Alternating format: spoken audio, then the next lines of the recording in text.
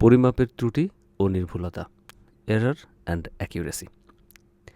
ত্রুটি একটি নেতিবাচক শব্দ এবং পরিমাপে ত্রুটি বলা হলে আমাদের মনে হয় যে মানুষটি পরিমাপ করেছে সে তার দায়িত্ব সঠিকভাবে পালন না করায় একটি ত্রুটি হয়েছে। বিষয়টি তা নয়। যে পরিমাপ করছে তার অবহেলার কারণে কখনো কখনো ত্রুটি হতে পারে, কিন্তু আমাদের জানতে হবে যে আমরা যে যন্ত্রপাতি দিয়ে পরিমাপ করি সেগুলো কখনো নির্ভুল নয়। কাজেই কতটুকু নির্ভুলভাবে পরিমাপ করা সম্ভব তার একটা সীমা আছে, অর্থাৎ পরিমাপে ত্রুটি থাকা খুবই স্বাভাবিক। তবে পরিমাপ কতটুকু নির্ভুল হয়েছে তারও একটি পরিমাপ থাকতে হয়। কাজেই একটা পরীক্ষা করে পরীক্ষাটির ফলাফল জানানোর সময় সেটি কতটুকু নির্ভুল সেটাও জানিয়ে দিতে পারলে ফলাফলের বিশ্বাসযোগ্যতা অনেক বেড়ে যায়। পরীক্ষার ফলাফলের নির্ভুলতা বের করার জন্য কিছু প্রচলিত নিয়ম জানা থাকলে তোমরাও তোমাদের পরীক্ষার ফলাফলের নির্ভুলতার একটা পরিমাপ দিতে পারবে। কি বলা হচ্ছে? আচ্ছা, আরও একটু পড়লে হয়তো আমরা আরেকটু বুঝতে পারবো। দেখি কি বলছে। আচ্ছা, ধরা যাক তুমি একটি স্কেল দিয়ে বস্তুর দৈর্ঘ্য মাপছ। বস্তুটির দৈর্ঘ্য কত নির্ভুলভাবে মাপতে পারবে সেটি নির্ভর করে তোমার স্কেলটিতে কত সূক্ষ্মভাবে দাগ কাটা হয়েছে তার উপর। যদি প্রতি 1 সেন্টিমিটার পরপর দাগ কাটা থাকে তাহলে উত্তরটি অবশ্যই তুমি নির্দিষ্ট সংখ্যক সেন্টিমিটারে প্রকাশ করবে।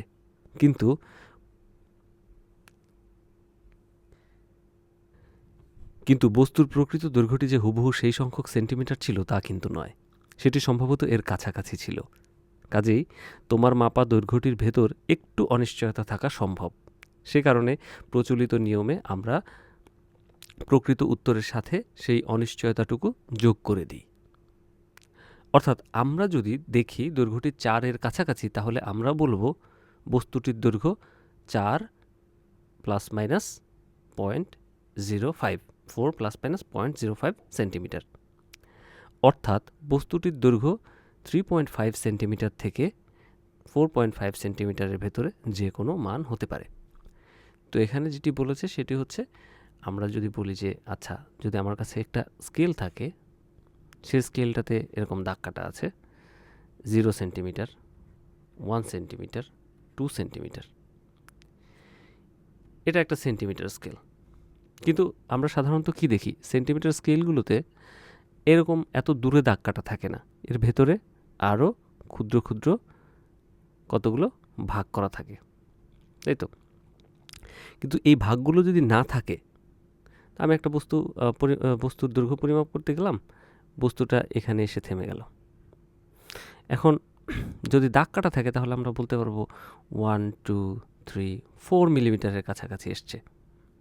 কিন্তু যদি দাগ কাটা না থাকে তাহলে তো আমরা একটা অনিশ্চয়তায় পড়ে যাব। অথবা বস্তুটার দৈর্ঘ্য যদি আরেকটু বড় হয়, এরকম হয়, তাহলে কি হবে? তাহলে এই পর্যন্ত কি হয়েছে, বস্তুটা এসছে। এখন এখানে কোনো দাগ কাটা নাই, সে 1 সেন্টিমিটারের বড় কিন্তু 2 সেন্টিমিটারের চেয়ে ছোট, এই অবস্থায় আছে।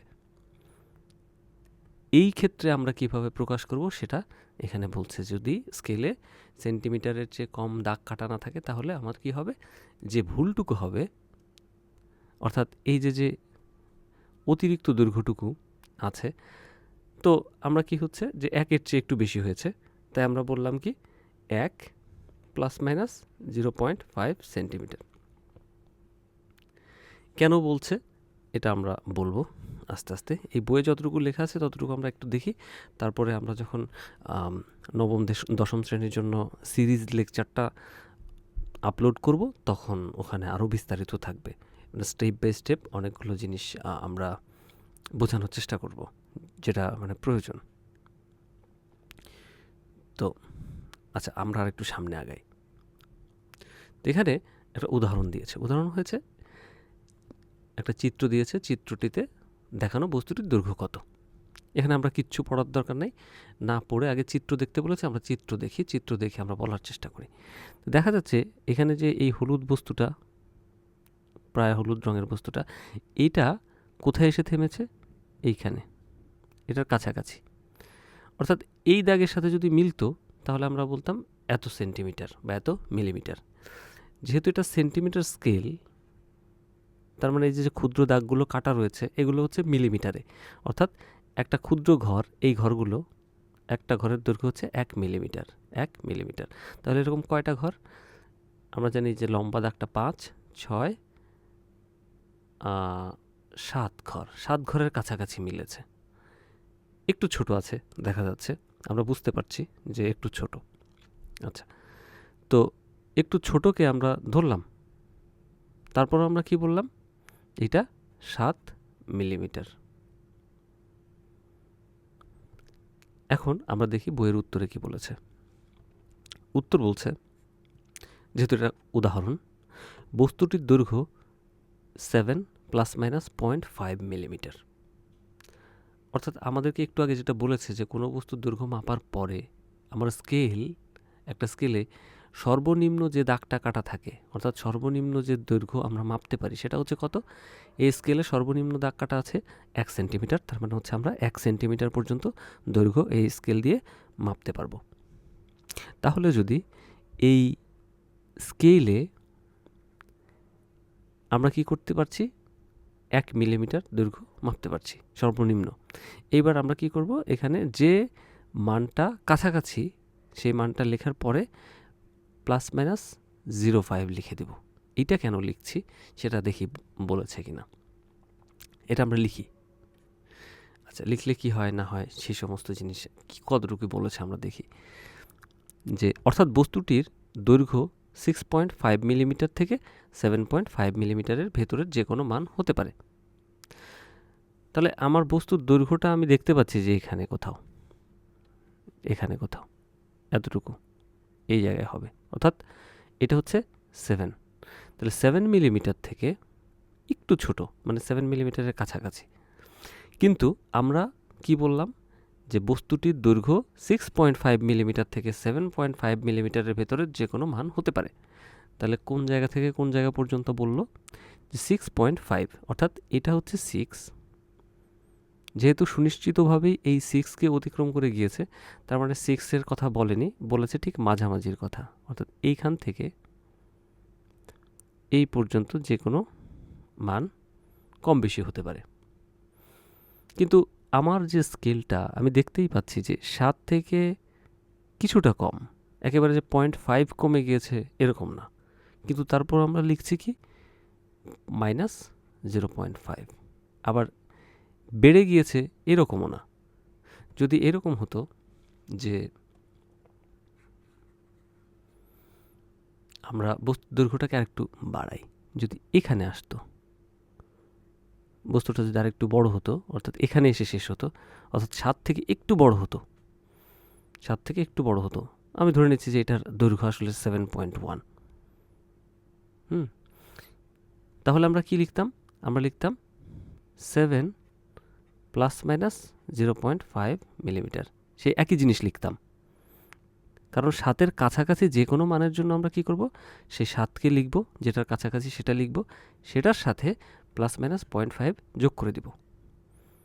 তাহলে এখন আমি দেখতে পাচ্ছি যে এটা একটু বেশি হচ্ছে, সুতরাং বিয়োগ মানটার আমার কোনো প্রয়োজন নাই।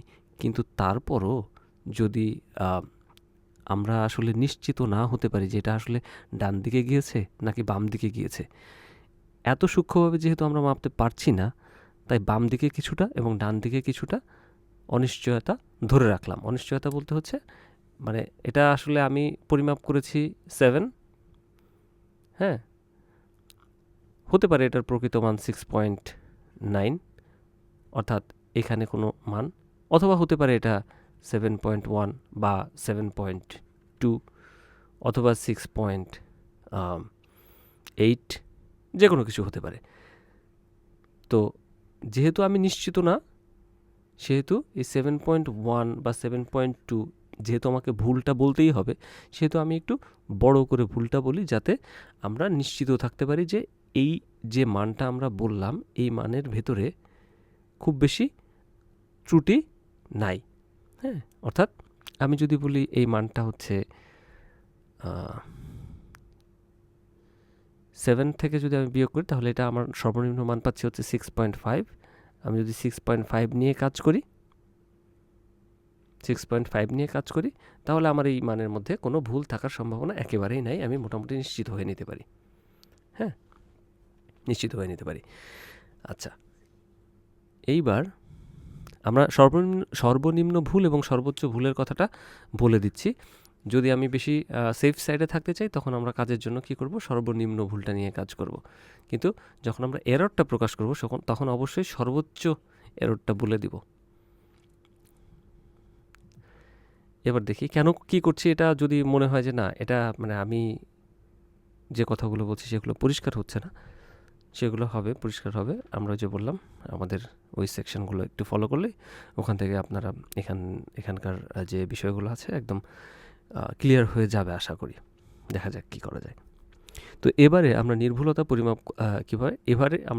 কীভাবে পরিমাপ করা যায় সেটা নিয়ে আলোচনা করতে পারি। নির্ভুলতার একটা পরিমাপক হচ্ছে চূড়ান্ত ত্রুটি। চূড়ান্ত ত্রুটি কি, সেটা হচ্ছে আমরা বললাম যে নির্ভুলতার একটা পরিমাপক বা পরিমাপ। আচ্ছা, এটা কি দেখি কি বলেছে। নামটি দেখেই বোঝা যাচ্ছে এটি হচ্ছে প্রকৃত মানের তুলনায় পরিমাপ করা মাপের পার্থক্যটুকু।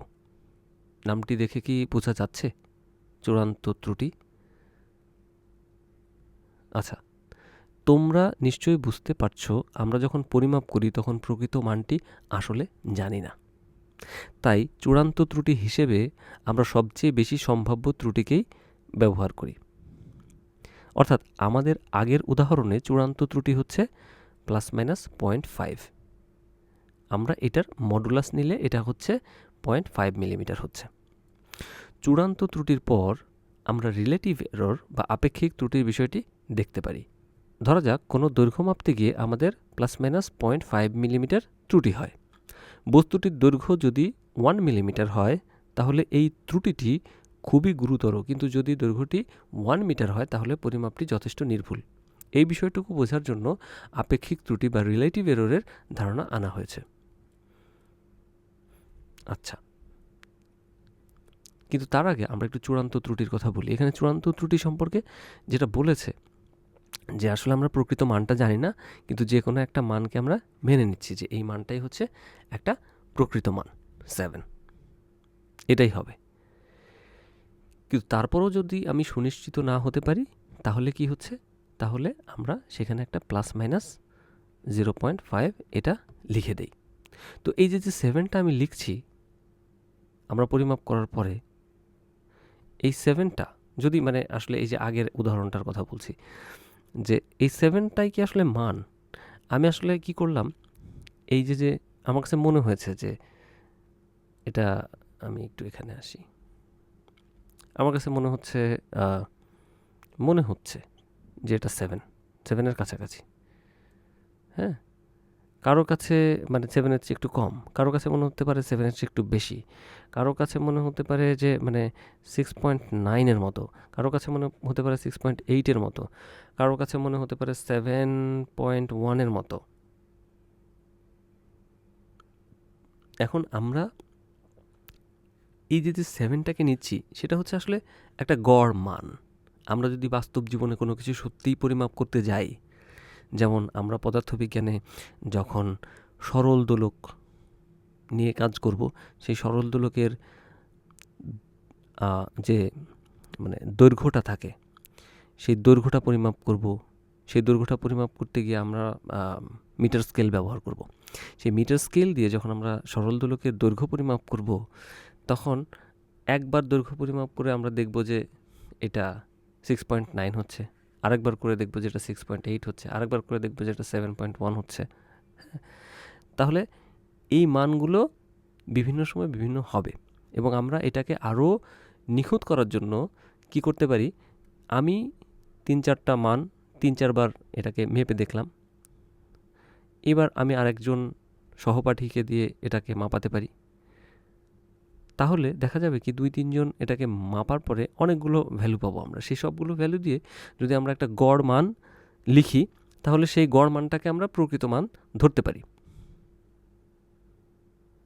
এতটুকুই। এই জিনিসটা আরও বিস্তারিতভাবে পরবর্তীতে আলোচনা করা হবে এবং আমাদের লেকচারগুলোতেও এটা মানে খুব বেশি না, 9-10 স্ট্যান্ডার্ডে 9-10 আলোচনা করা হবে। ইন্টারমিডিয়েটেও এই জিনিসটা থাকে, ওখানেও ওখানকার জন্য আলোচনা করা হবে। যার যতটুকু আগ্রহ সেখান থেকে দেখে নিতে পারবেন। আচ্ছা, তো এখন যেটা বলছি যে এই 7টা যে আমরা নিচ্ছি প্রকৃত মান হিসেবে, সেটা আসলে একটা গড় মান। তাই আমরা ধরে নিচ্ছি এটা প্রকৃত মান, এবং গড় মান থেকে বিচ্যুতিটা কখনো কখনো দেখা যাচ্ছে একটু কম হতে পারে, মানে 0.1 বিচ্যুতি হতে পারে, বা কখনো কখনো একটু বেশি হতে পারে। তো সেই ক্ষেত্রে আমরা কি করছি, +-0.5 একটু বেশি করে ভ্যালুটাকে ধরে নিচ্ছি। এই যে আমরা কি করলাম, 7-এর সাথে +-0.5 নিচ্ছি, এইটার কি কারণ থাকতে পারে? আমরা এটাকে মানে আরও সেফ থাকার জন্য কি করতে পারতাম, যেহেতু মিলিমিটার পর্যন্ত মাপা যায়, তাহলে 7 +-1 মিলিমিটার এটা লিখতে পারতাম, তাহলে আমি আরও নিশ্চিত থাকতে পারতাম। আসলে এই এররটাকে কখন কোন ক্ষেত্রে কি কারণে কি উদ্দেশ্যে কতটুকু পরিমাপ করা হয়, সেই জিনিসগুলো বিভিন্ন অ্যানালাইসিসের জন্য বিভিন্ন রকম পদ্ধতি আছে। তো এইটা এই ক্ষেত্রে একটা স্ট্যান্ডার্ড পদ্ধতি, আমরা জাস্ট ধরে নিচ্ছি। আর এরর অ্যানালাইসিস একটা বড় রকমের বিষয়, যে এই ভুলটা মানে চূড়ান্ত ত্রুটি ঠিক কতটুকু হবে, এই ভুলটাকে আমরা আসলে আমাদের পরিমাপের ক্ষেত্রে আমরা কি পরিমাপ করছি, এবং সেই পরিমাপ করার ক্ষেত্রে আমরা এই ভুলটাকে আরও কমাতে পারি কি না, সেটা মানে পরিমাপ সংশ্লিষ্ট বিষয়, সেটা হচ্ছে বিষয়ের উপর নির্ভর করবে যে কখন আমরা কী নিয়ে কাজ করছি সেটা। তো এই বিষয়গুলো নিয়ে আমরা পরে বিস্তারিত আলোচনা করব। যদি প্রশ্ন আসে, সেই প্রশ্নগুলো করা যেতে পারে, অবশ্যই প্রশ্ন করা যাবে, এবং কখন আমরা উত্তর পাবো সেই উত্তরের জন্য একটু অপেক্ষাও করতে হতে পারে কিছু কিছু সময়। তো এখন এতটুকুই। হ্যাঁ, তাহলে চূড়ান্ত ত্রুটি মানে হচ্ছে কি, যে আমরা যে ত্রুটিটাকে ধরে নিচ্ছি, অর্থাৎ আমি এটাকে যে আবার বলছি যে 7 +-0.5 মিলিমিটার এটাকে লিখছি এরকম, এটা হতে পারে চূড়ান্ত ত্রুটি, এ নিয়ে কোনো সমস্যা নাই। আমি যদি এটাকে 7 +-0.4 লিখি, এই ত্রুটি যদি আমি এটা লিখি, তাহলেও কোনো সমস্যা নাই, এখানে কোনো ভুল হবে না। কিন্তু কনভেনশনালি দেখা যাচ্ছে কি, যে আমরা স্কেলের এই মাপটার ক্ষেত্রে কি করছি, পরিমাপটার ক্ষেত্রে 0.5 ধরে নিচ্ছি, তাই আমরা ধরে নিচ্ছি আর কি। আমি যদি 0.6ও লিখতাম তাতেও কোনো সমস্যা ছিল না, বা +-0.1 লিখলেও কোনো ভুল ছিল না। এটা ভুলের ব্যাপার না, এটা হচ্ছে আমাদের একটা চেষ্টা, যেখানে মানে ভুলটাকে কমিয়ে আনা যায়, সেই কমানোর প্রচেষ্টা আর কি। তো চূড়ান্ত ত্রুটির পর আমরা রিলেটিভ এরর বা বিষয়টি দেখতে পাচ্ছি। বস্তুটির দৈর্ঘ্য যদি 1 মিলিমিটার হয়, তাহলে এই ত্রুটিটি খুবই গুরুতর, কিন্তু দৈর্ঘ্য যদি 1 মিটার হয়, তাহলে পরিমাপটি যথেষ্ট নির্ভুল। এই বিষয়টুকু বোঝানোর জন্য আপেক্ষিক ত্রুটি বা রিলেটিভ এররের ধারণা আনা হয়েছে। আচ্ছা, আসি আমরা। অর্থাৎ আপেক্ষিক ত্রুটি সমান কি হচ্ছে, চূড়ান্ত ত্রুটি ভাগ পরিমাপ করা মান।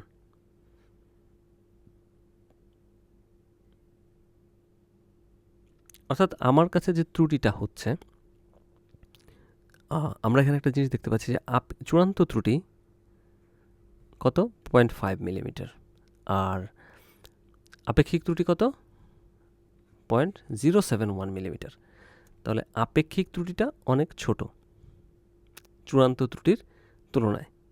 যত ছোট হবে আমার পরিমাপ তত সূক্ষ্ম হবে, তাই তো। এখন যদি আমরা একটা বস্তু মাপতে যাই, যেমন কি হয়, 0.5 মিলিমিটার হচ্ছে আমার চূড়ান্ত ত্রুটি। এখন পরিমাপ করা মান হচ্ছে 1 মিটার, ওকে, মিলিমিটার, অ্যান্ড পরিমাপ করা মান হচ্ছে 1 মিলিমিটার। তাহলে ত্রুটি কত হবে, আমার আপেক্ষিক ত্রুটি কত হবে? আপেক্ষিক ত্রুটি হবে হচ্ছে 0.5 মিলিমিটার। অর্থাৎ 1 মিলিমিটার যদি হয়, তখন ত্রুটিটা কি হচ্ছে, একই থাকছে, তাই তো। কিন্তু যদি আমার এই ত্রুটিটা আমি যদি আরও কিছু করি, যেমন যদি 2 মিলিমিটার হয়, না, আমি যদি হয় 0.5 মিলিমিটার আমি মাপতে পারি। এবার আমি ত্রুটি হলো আমি একটা বস্তু নিয়ে গেলাম, সেই বস্তুটা হচ্ছে তার সাইজটাই হচ্ছে 0.5 মিলিমিটার। এইবার আমি কি করব, তখন আমার ত্রুটি কি হবে, ত্রুটি 1 মিলিমিটার হয়ে যাবে, ত্রুটি বেশি হয়ে যাবে। সুতরাং আমি যে জিনিসটাকে পরিমাপ করব, সেই জিনিসটার দৈর্ঘ্য যত বড় হবে, অর্থাৎ এখানে নিচের মানটা যত বড় হবে, পরিমাপ করা মানটা যত বড় হবে, চূড়ান্ত ত্রুটি তো একই থাকবে, পরিমাপ করা মান যত বড় হবে তত কি হবে, তত আমার আপেক্ষিক ত্রুটির মান কম হবে। তার মানে আমি যদি খুব ছোটোখাটো জিনিস মাপতে যাই, পরিমাপ করতে যাই, তাহলে মিটার স্কেল খুব একটা ভালো আইডিয়া না। সেখানে আমার কি করতে হবে, যদি খুব ক্ষুদ্র কোনো কিছু পরিমাপ করতে যাই তাহলে আমার এমন স্কেলের সন্ধান করতে হবে যেটা অনেক ক্ষুদ্র দৈর্ঘ্য পর্যন্ত পরিমাপ করতে পারে। আচ্ছা, ক্ষুদ্র দৈর্ঘ্য বলতে আমরা কি বুঝি? ক্ষুদ্র দৈর্ঘ্য বলতে দেখা গেল কি, এই যে একটা লাইন, এই লাইনটা তো আসলে না, এরকম চিকন চিকন তার থাকে, এরকম চিকন তার থাকে, হ্যাঁ থাকে, তামার তার, যেমন তার মধ্য দিয়ে বিদ্যুৎ প্রবাহিত হয়। তাহলে এই যে চিকন তারটা, এই তারটার ব্যাস পরিমাপ করার প্রয়োজন হতে পারে। তখন যদি আমি একটা মিটার স্কেল নিয়ে যাই, তখন ব্যাপারটা শোভন হবে না আর কি। তখন কি করতে হয়, তখন অন্য একটা কিছু নিয়ে যেতে হয়। সেই অন্য একটা কিছু কি? সেই অন্য একটা কিছু হচ্ছে, আমরা একটু আগে পড়েছি, সেটা হচ্ছে স্ক্রু গজ। এই গেজটা দিয়ে আমরা এটা পরিমাপ করতে পারবো। আচ্ছা, এখন দেখি তাহলে আপেক্ষিক ত্রুটিটা কি। আপেক্ষিক ত্রুটি হচ্ছে আমার চূড়ান্ত ত্রুটি ভাগ পরিমাপকৃত মান। আপেক্ষিক ত্রুটি কি হচ্ছে তাহলে, এই যে এখানে হিসাব করে বের করেছে, এবং শতাংশর হিসাবে এটি হচ্ছে কি, আমরা কোনো কিছুকে শতাংশের মাধ্যমে যদি প্রকাশ করতে চাই তাহলে সেটাকে 100 দিয়ে গুণ করি। এখানে পার্সেন্ট লেখার মানে হচ্ছে যে আমার এই নাম্বারটাকে 100 দিয়ে গুণ করে লেখা হয়েছে। তাহলে 7.1% হচ্ছে আমার আপেক্ষিক ত্রুটি। এই আপেক্ষিক ত্রুটি। এইবার এরপরে আসি, প্রশ্ন, ধরা যাক বর্গাকৃতি একটা বইয়ের দৈর্ঘ্য পরিমাপ করে তুমি 10 সেন্টিমিটার পেয়েছ। ধরা যাক পরিমাপে 10% আপেক্ষিক ত্রুটি হয়েছে। বস্তুটির ক্ষেত্রফলে আপেক্ষিক ত্রুটি কত? অর্থাৎ ক্ষেত্রফল আমরা কি করছি, একটা বর্গ নির্ণয় করছি, বর্গ। সে বর্গের দৈর্ঘ্য আছে, বর্গের কি রয়েছে, দৈর্ঘ্য আছে। সেই দৈর্ঘ্য থেকে আমরা কি করব, ক্ষেত্রফল নির্ণয় করব। তাই দৈর্ঘ্য থেকে ক্ষেত্রফল নির্ণয় করা খুব সহজ। কত নির্ণয় করেছি, দৈর্ঘ্য পেয়েছি 10 সেন্টিমিটার, তাহলে বস্তুটির পরিমাপ করা ক্ষেত্রফল কত হবে, 10 গুণ 10, 100 সেন্টিমিটার স্কোয়ার। কিন্তু যেহেতু আপেক্ষিক ত্রুটি 10%, অর্থাৎ এই যে 10, সেই 10 হচ্ছে যে 100 সেন্টিমিটার স্কোয়ার, এইটা প্রকৃত ক্ষেত্রফল হতে পারে না। কিন্তু যদিও আমরা বলছি এটাই প্রকৃত ক্ষেত্রফল, এটা হচ্ছে আমার পরিমাপকৃত ক্ষেত্রফল আর কি। এটার সাথে ত্রুটি আছে। এই ত্রুটি বিচ্যুতি কতটুকু ত্রুটি হবে সেটা কিন্তু আমাকে এখানে বলতে হবে। আচ্ছা, তখন আমরা কি করলাম, এই পার্সেন্টেজ থেকে আমরা বের করার চেষ্টা করব। কি বের করব, যে যেহেতু বস্তুটির আপেক্ষিক ত্রুটি 10%, কাজেই তার দৈর্ঘ্য পরিমাপ করা হলে সবচেয়ে কম 9 সেন্টিমিটার এবং সবচেয়ে বেশি 11 সেন্টিমিটার হতে পারে। সেটা কিভাবে, আপেক্ষিক ত্রুটি একটা জিনিসের, সেটা হচ্ছে 10%। 10% মানেটা কি, 10% মানে হচ্ছে 10 ডিভাইডেড বাই 100, তাহলে কি 1/10। এটা হচ্ছে আপেক্ষিক ত্রুটি। কার আপেক্ষিক ত্রুটি? আপেক্ষিক ত্রুটি মানে কি, যে দৈর্ঘ্য পরিমাপ করেছি তার আপেক্ষিক ত্রুটি, অর্থাৎ 10 সেন্টিমিটার টাইমস 1/10,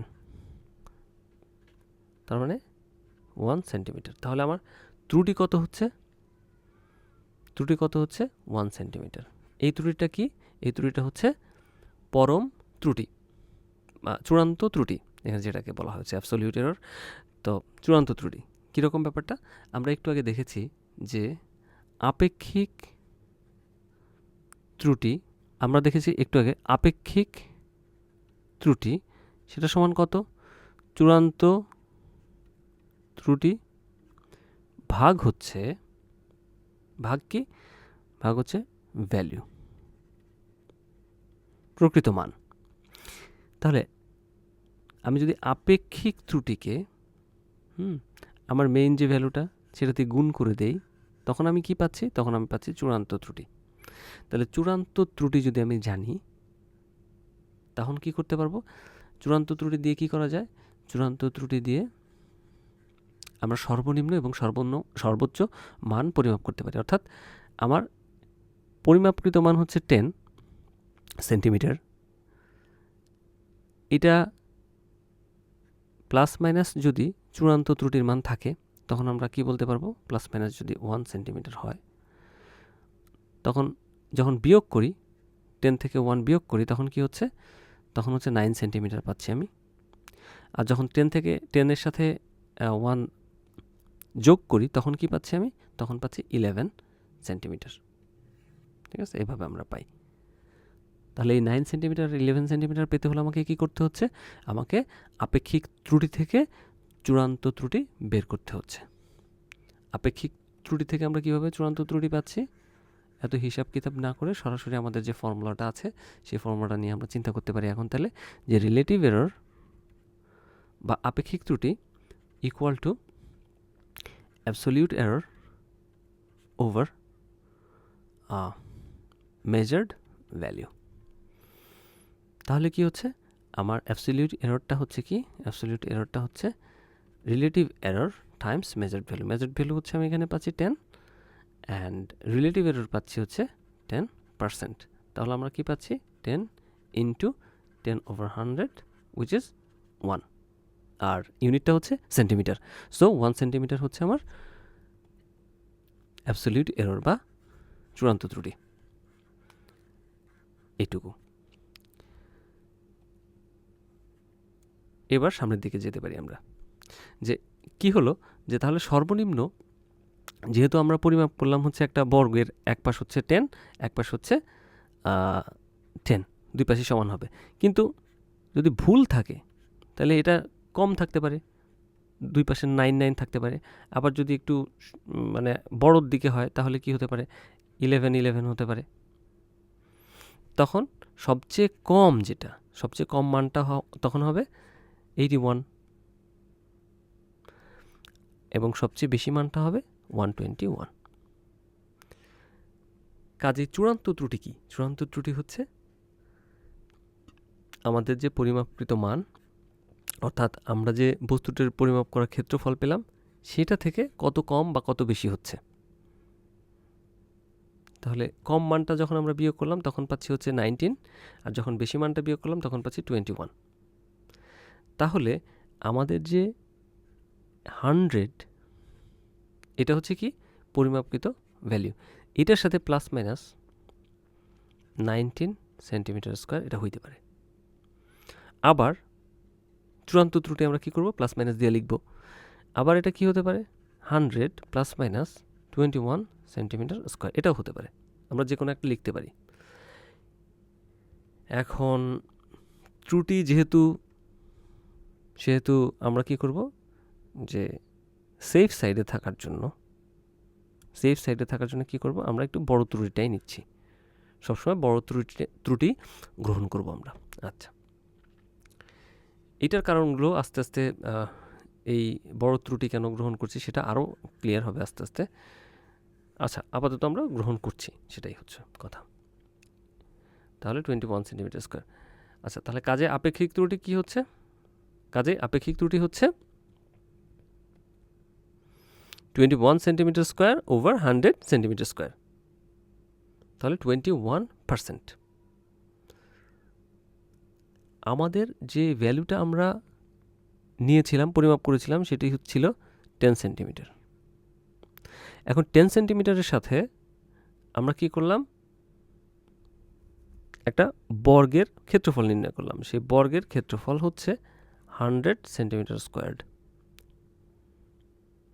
তাহলে 10 সেন্টিমিটারে ভুল ছিল 10%। আমাদের প্রথম ক্ষেত্রে ভুল ছিল 10%। সেই ভুলটা যখন আমরা ক্ষেত্রফল নির্ণয় করলাম সেটা বড় হয়ে গেল 21%। তাহলে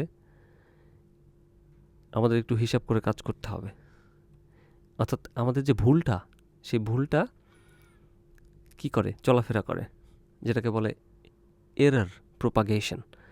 অর্থাৎ এই ভুলটা বিভিন্ন জায়গায় মুভ করতে পারে। অর্থাৎ আমি যদি দৈর্ঘ্য পরিমাপ করি, সেই দৈর্ঘ্য দিয়ে যদি আমি অন্য কিছু পরিমাপ করতে যাই, সেখানেও আমাদের সেই ভুলটা ঢুকে পড়বে। এবং সেটা কত মাত্রায় ঢুকবে, কতটুকু করে ঢুকবে, সেটার একটা হিসাব হচ্ছে আমরা শিখলাম এখন। তো অর্থাৎ দৈর্ঘ্যের পরিমাপে 10% ত্রুটি হলে ক্ষেত্রফলের বেলায় সেটি হবে প্রায় দ্বিগুণ। একইভাবে তুমি দেখতে পারবে আয়তন মাপা হলে তার ত্রুটি হবে 3 গুণ। এখানে একটা কথা বলেছি, তাহলে আমরা যদি আয়তন পরিমাপ করতাম তাহলে তার ত্রুটি হচ্ছে 3 গুণ হতো। সেটা কীরকম? সেটা হচ্ছে আমরা তখন কি করতাম, আয়তন যদি পরিমাপ করতাম তাহলে কত হতো? 10 টাইমস 10 টাইমস 10, তাহলে এটা হতো 10⁻³ মানে হচ্ছে 1000 সেন্টিমিটার কিউবড। এটা হচ্ছে আমার আয়তন হতো। এখন এই আয়তনের যে ভুল সেটা আমরা কীভাবে বের করতাম? একটা হচ্ছে যে 9 গুণ 9 গুণ 9, তাহলে সেটা কত হবে? আমি একটু ক্যালকুলেটর লাগবে এখন। সেটা হচ্ছে 729। ও আচ্ছা, এটা তো সেই বিখ্যাত নাম্বার। এই নাম্বারটা মেবি ওকে, রামানুজন নাম্বারের একটা পার্ট।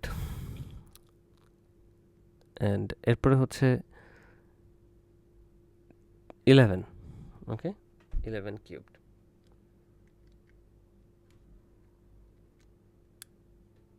ইলেভেন কিউবটা হচ্ছে 11 1331। তাহলে আমাকে কি করতে হচ্ছে? আমি কি করছি এখন? আয়তন নির্ণয় করছি। তাহলে আয়তন নির্ণয়ে ভুলটা কতটুকু হবে? সবচেয়ে ছোট আয়তন কোনটা হবে? ছোট আয়তন। আয়তন নির্ণয়ে যে আমার ভুল, সেই ভুলটা হচ্ছে আমার যে মূল আয়তনটা নিলাম সেটা থেকে ছোট মানটা বিয়োগ করে দেব। তখন কত হবে?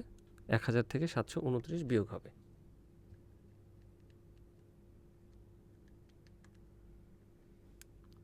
তাহলে আমি পাচ্ছি 271।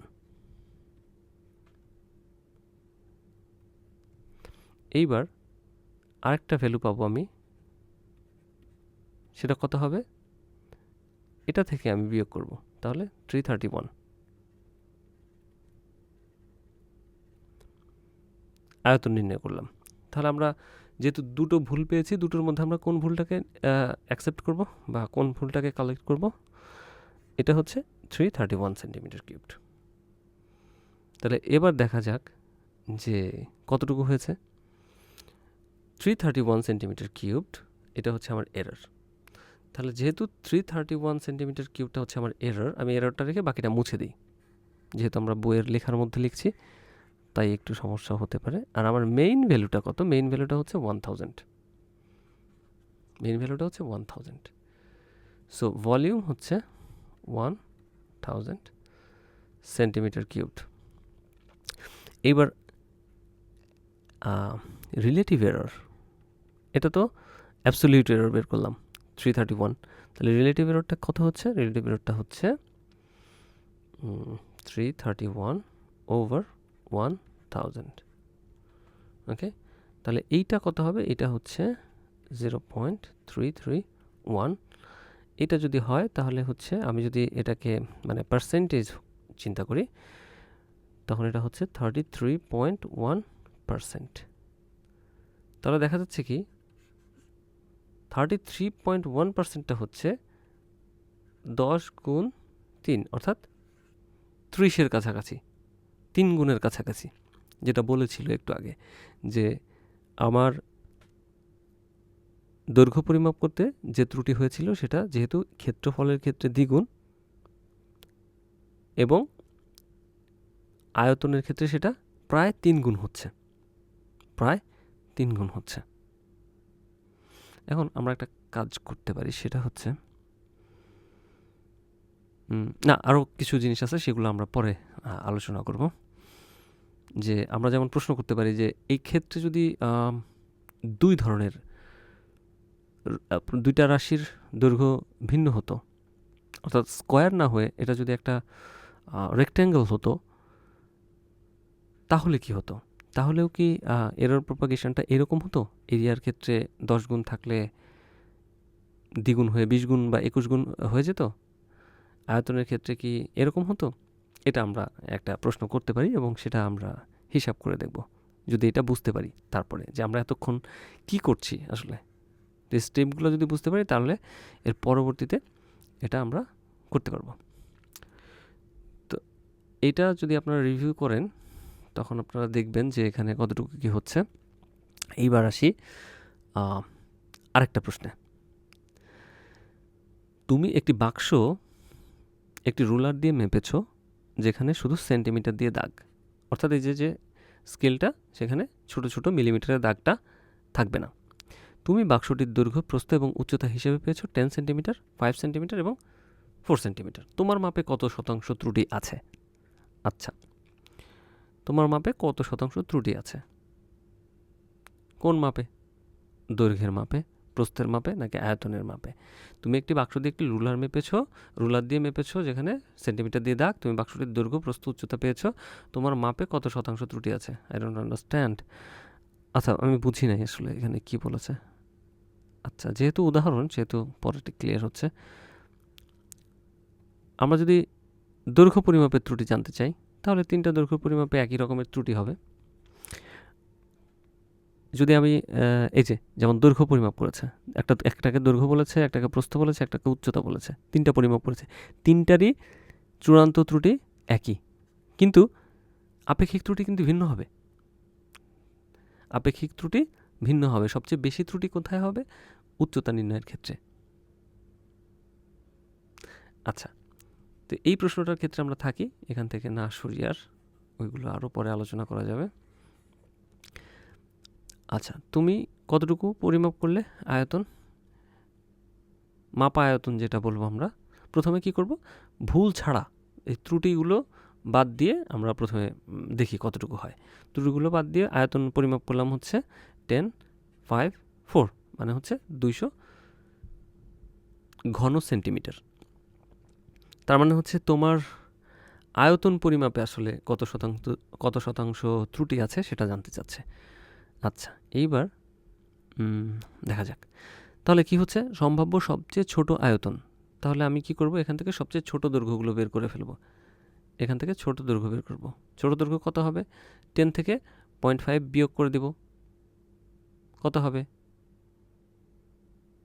9.5 হবে। 5 থেকে বিয়োগ করব, কত হবে? 4.5 হবে। 4 থেকে বিয়োগ করব, কত হবে? 3.5 হবে। এই জিনিসটাই শুধুমাত্র এখানে লিখেছে, একবারে লিখেছে যে এটা 10 থেকে বিয়োগ করেছে, এটা 5 থেকে 0.5 বিয়োগ করেছে, 4 থেকে 0.5 বিয়োগ করেছে। অথবা আমি এখান থেকে বিয়োগ করে এনেও এই 3টাকে গুণ করে লিখতে পারি। গুণ করলে হবে হচ্ছে এইটা। আচ্ছা, বড় আয়তন কি? বড় আয়তন মানে হচ্ছে যে এই যে আমার পরিমাপকৃত মান এর সাথে যোগ দিয়ে যেটা পাবো সেটা হচ্ছে বড় আয়তন হবে। তাহলে 10 plus 0.5, 5 plus 0.5, 4 plus 0.5, 10 plus 0.5, 5 plus 0.5, 4 plus 0.5। তাহলে আমি কত পাচ্ছি আয়তন? এটা। অর্থাৎ আমি সবসময় দুটো আয়তন পাবো বা দুটো ক্ষেত্রফল পাবো। কেন? কারণ আমি সবসময় দুটো মান পাচ্ছি। আমি যে মান ব্যবহার করে হিসাব করছি সেই মানটা কিসে থাকছে? একটা ভ্যালু যেটা থাকছে হচ্ছে যে থাকছে, তাহলে প্লাস মাইনাস আরেকটা ভ্যালু থাকছে যেখানে আমার এররটা থাকছে। তাহলে একটা হচ্ছে প্লাসের ভ্যালু থাকছে, একটা হচ্ছে মাইনাসের ভ্যালু থাকছে। এইবার সেই দুইটা থেকে আমরা কি করব? আয়তন নির্ণয় করব। এবার চূড়ান্ত ত্রুটি নির্ণয় করব। চূড়ান্ত ত্রুটি নির্ণয় করার জন্য কি করছে? একই নিয়ম। আমরা কি করব? এই যে কম ত্রুটিটা সেটা বিয়োগ করে দিতে হবে। 200 হচ্ছে আমার মেইন ত্রুটি, সেটা থেকে। তাহলে কত পাবে? আমি এটা পাবো। আবার 200 থেকে কি করতে হবে? এটা বিয়োগ করতে হচ্ছে। তাহলে কত পাচ্ছি আমি? এটা পাচ্ছি। এইখানে কার থেকে কাকে বিয়োগ করতে হবে সেটা যদি নিয়ে ঝামেলা হয় সেটা নিয়েও কাজ করা যেতে পারে। যেমন এটাকে যদি আমি অ্যাবসলিউট ভ্যালু দিয়ে দিই আর এটাকে যদি দিয়ে দিই তাহলে কি হচ্ছে? এই ভ্যালুটাকে আমি এখানে লিখলাম নাকি এখানে লিখলাম সেটা নিয়ে কোনো টেনশন থাকলো না আর। আর যদি আসেও, এটা যদি আমি 200 থেকে 259 লিখে ফেলি, সেটাও খুব ক্ষতির কারণ না। আমি এখানে -59 লিখতে পারি এবং পরবর্তীতে বলতে পারি যে এটার অ্যাবসলিউট ভ্যালু নিয়ে আমরা বলছি যে এটা হচ্ছে এরর, মানে পজিটিভ এরর। আচ্ছা, তো এইবার এটা পাচ্ছি। এবার আমরা কি করলাম, সে একই জিনিস সুন্দর করে লিখেছে যে আমরা বড়টি নেই, মানে বড় ত্রুটিটাকে আমরা হিসাবে নিচ্ছি। তাহলে চূড়ান্ত ত্রুটি কত হচ্ছে? 59.875 cm³। এই চূড়ান্ত ত্রুটিকে আমি যদি 200 দিয়ে ভাগ করি তাহলে কত হচ্ছে? 30% হচ্ছে। এখন আমরা একটু আগে বলেছিলাম যে আমাদের যে পরিমাপ ছিল, সে পরিমাপে ত্রুটি ছিল হচ্ছে +-1, আর এখানে +-0.5। তাহলে এখানে কি হয়েছে? এখানে আসলে এরর প্রপাগেশনটা কেমন হয়েছে? আমরা এটা কি ওইভাবে বলতে পারি? আচ্ছা, বলার জন্য একটা পদ্ধতি আছে, সেটা হচ্ছে যে আমরা এখানে দেখি যে এইখানে কতটুকু এরর হয়েছে। এইখানে মানে দৈর্ঘ্য পরিমাপে ত্রুটি কতটুকু হয়েছে, মানে এটা শেষ, বোঝা শেষ, আমাদের কাজও শেষ। এরপরে যদি কেউ না বুঝতে চায় তাহলে এতটুকু পড়লে যথেষ্ট, নবম শ্রেণীর জন্য বা দশম শ্রেণীর জন্য বা এসএসসি পরীক্ষার জন্যও আমার কাছে মনে হয়। তো এটা একটু অ্যানালাইসিস করে আমরা দেখি যে আসলে আমরা কতটুকু বুঝলাম। তো দৈর্ঘ্য নির্ণয়ের জন্য আমার ত্রুটি হয়েছে 0.5।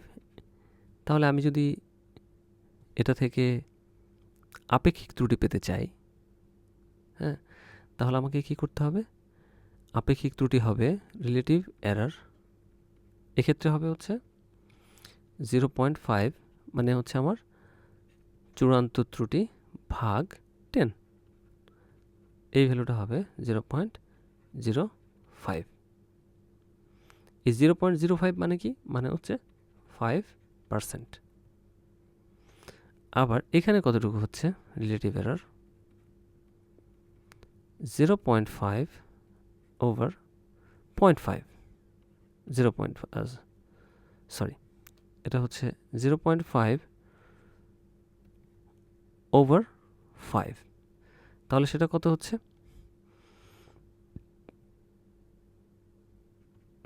0.1, রাইট? সো এইটা হচ্ছে 10%। এর পরেরটা কত হচ্ছে? এর পরেরটা হচ্ছে রিলেটিভ এরর 0.5 ওভার 4। তাহলে কত হচ্ছে?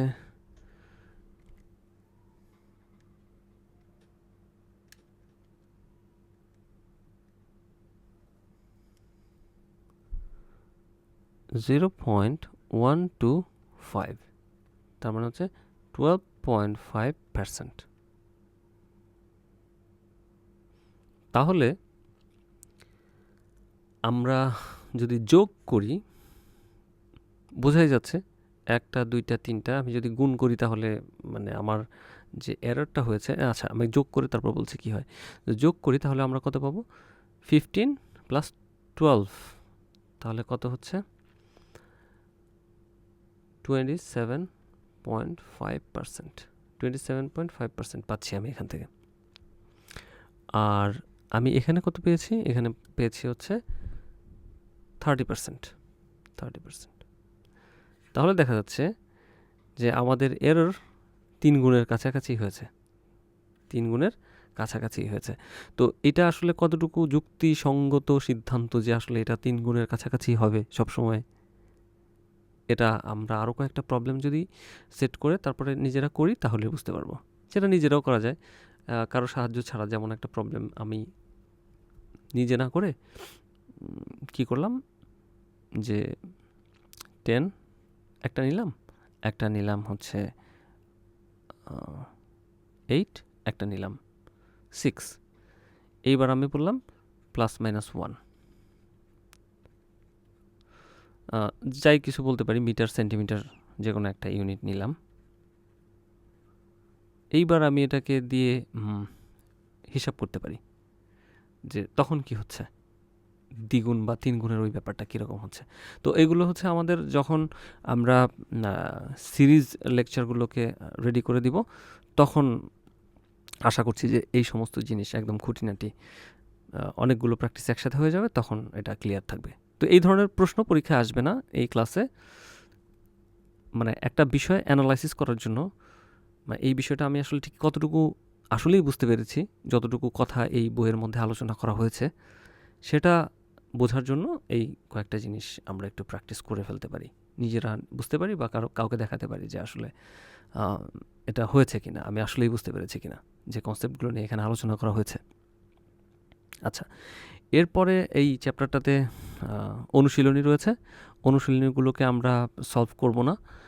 আমার মনে হয় যে আপনার যদি এই অনুশীলনীগুলোর প্রবলেমগুলো যদি কোথাও মনে হয় যে এটা হয়েছে কি হয়নি, বা এখন তো সব কিছু থাকে আপনাদের কাছে, যেমন গাইড থাকে। অনেকে মনে করেন গাইড দেখে পড়ালেখা খারাপ, সেটা ঠিক না। পড়ালেখার কিছু সিস্টেম রয়েছে, যেমন আপনাকে এই প্রশ্নটা দেওয়া হয়েছে যে আপনি গাইড না দেখে করবেন। তো এটা অনেকক্ষণ চেষ্টা করার পরে আপনি গাইডের সাথে মেলাবেন, অথবা কাউকে কোনো টিচারের কাছে দেখাবেন বা টিউটরের কাছে দেখাবেন, সেভাবে আপনি করতে পারেন। তো টিচার, টিউটর এগুলো ছাড়াও গাইড একই জিনিস। তো গাইডের যেটা হয় যে আপনি কোথাও যদি ভুল করেন বুঝতে, দেখা গেল কি উত্তরটা মিলিয়েছেন, উত্তরটা হয়েছে, কিন্তু তারপরেও কোথাও না কোথাও একটু ভুল রয়ে গিয়েছে, তখন সেখানে গাইডটা আসলে আপনাকে লাইভ সাপোর্ট দিতে পারে না। সেই জন্য এটা সবচেয়ে দুর্বল পদ্ধতি, তবে এটা খুবই ভালো। আপনি যদি বুঝতে পারেন তাহলে ঠিক আছে, এটার বাইরে আর কাউকে দরকার নেই। তো এটা করার পরে তখন গিয়ে হচ্ছে দেখলেন যেটা হচ্ছে কি হচ্ছে না। তারপরও যদি মনে হয় যে আচ্ছা সমস্যা রয়েছে, তখন ভিডিও লেকচারগুলো আবার দেখতে পারেন, অথবা অন্য কারো ভিডিও দেখতে পারেন, অথবা যাকে যেমন আমাদের এই ভিডিওতে যদি আপনারা থাকেন তাহলে কমেন্ট করে বলতে পারেন যে এটা হচ্ছে এর সমস্যা হচ্ছে, তো আমরা কিভাবে সমাধানটা পাবো। তো সেক্ষেত্রে আমরা একটা সাপোর্ট দিতে পারি, কিন্তু অবশ্যই সেক্ষেত্রে যেটা করতে হবে যে আপনার যে প্রবলেম, সেই প্রবলেমটাকে আপনি যে অ্যাপ্রোচ করেছেন, যে একভাবে করেছেন হয়নি, বা আরেকভাবে করেছেন হয়নি, বা যেভাবে করছেন সেভাবে কোথাও ভুল আছে কিনা সেটা চেক করাতে যাচ্ছেন, তাহলে কি করতে হবে আপনাকে, সেটার ছবি তুলবেন। বাঁকা সোজা যেরকম ছবি হোক সেরকম না, মানে একটু স্ক্যানের মতো করে যাতে একদম স্পষ্ট বোঝা যায় সেরকম ছবি করবেন। ছবি তুলে আমাদের গ্রুপে আপলোড করে দেবেন, ফেসবুক গ্রুপে। তখন আমরা ওখান থেকে সময় মতো আপনাকে একটা ফিডব্যাক দিয়ে দিব আশা করি। এভাবে করা যেতে পারে। কিন্তু আপনি আপনার কাছে তো সবই আছে মোটামুটি, আমাদের ক্লাসে যে বই আছে, বইয়ের গাইড আছে, তো এগুলোতে তো আছে সমাধানের সোর্স আমাদের কাছে এখন প্রচুর। তো সমাধান করে ফেললাম মানেই হচ্ছে আমি শিখে ফেললাম, ব্যাপারটা এরকম না। আমি আসলেই নিজেই সমাধান করতে পারছি কি না সেটা বোঝার জন্য অন্তত কতগুলো স্ট্যান্ডার্ড প্রবলেম সেট করে সলভ করে তারপরে হচ্ছে যাওয়া যেতে পারে। তো এই দুইটা বাদেও আরও প্রবলেম থাকবে, বিভিন্ন বোর্ডে আসা প্রশ্ন। আমাদের প্রথম দিকে আমাদের কাছে টেস্ট পেপারগুলো থাকে না, বোর্ডে কী ধরনের প্রশ্ন হয় সেটা আমরা খোঁজখবর রাখি না, কিন্তু সেটা রাখলে খুব ভালো হয় যে আমাদের বোর্ডের একটা বই রয়েছে, টেস্ট পেপার রয়েছে, সেই টেস্ট পেপারে কী ধরনের প্রশ্ন থাকে সেই প্রশ্নগুলো একটু ফলো করলে যে আচ্ছা না, আমি মোটামুটি ভালো প্রস্তুতিটা নিয়েছি, পরবর্তীতে গিয়ে আমার এসএসসি পরীক্ষার ক্ষেত্রে অনেক বেশি চাপ নিতে হবে না, সেটা আমরা এখানেই করে ফেলতে পারি। তো পরীক্ষার ক্ষেত্রে দেখা যাচ্ছে কি, কোনো একটা পরীক্ষার ক্ষেত্রে 1 দিন বন্ধ পাচ্ছেন কেউ কেউ, কোনো পরীক্ষার ক্ষেত্রে 2 দিন বা 3 দিন। তো এটা নির্ভর করে কখন, যদি বন্ধ না পান তাহলে কি পরীক্ষা খারাপ হয়ে যাবে? তো এই জন্য আগে থেকে প্রিপারেশনটা ভালো থাকলে হয়। আর পরীক্ষার আগে প্রিপারেশন নিলেও হয়, খুব মানে ইমিডিয়েট আগে, কিন্তু সেক্ষেত্রে পরীক্ষার হলে গিয়ে বিষয়গুলো ভুলে যাওয়ার সম্ভাবনা থাকে, ভুল করার সম্ভাবনা বেশি হয়, যার কারণে মানে প্রথম থেকেই যদি প্রিপারেশনটা নেওয়া যায় তাহলে ভালো। এরপরে আমরা পরবর্তী অধ্যায়টা বইয়ে কি আছে এই প্লেলিস্টটার জন্য পড়ে দেখব। আর আমি কিভাবে পড়ছি সেটা আপনারা দেখতে পাচ্ছেন। আপনারা আপনাদের মতো করে পড়বেন বা আমাকে ফলো করতে চাইলে সেভাবে পড়তে পারেন, যে আমি কী পড়ে কী চিন্তা করছি বা কোন জিনিসটা আমি আমার মতো করে ব্যাখ্যা করছি। হয়তো আমি যে জিনিসটা ব্যাখ্যা করছি সেই জিনিসটা সেই প্রশ্নটা আপনার মনে আসছে না। যখন আপনার মন থেকে প্রশ্নটা আসে তখন ওই জিনিসটা বোঝা আপনার জন্য সহজ হয়ে যায়। না হলে মনে হয় যে আরেকজনের প্রশ্ন, এটা একটা বোঝা আর কি। যে সবচেয়ে ভালো হয় যে নিজের ভেতর থেকে প্রশ্নটা আসা। তো এটা নিয়ে চেষ্টা করতে থাকলে প্রশ্ন আসবে, এবং সেটাই হচ্ছে সবচেয়ে ভালো পদ্ধতি শেখার। তো ঠিক আছে, পরবর্তীতে আমরা গতি নিয়ে এই প্লেলিস্টটা আবার শুরু করব।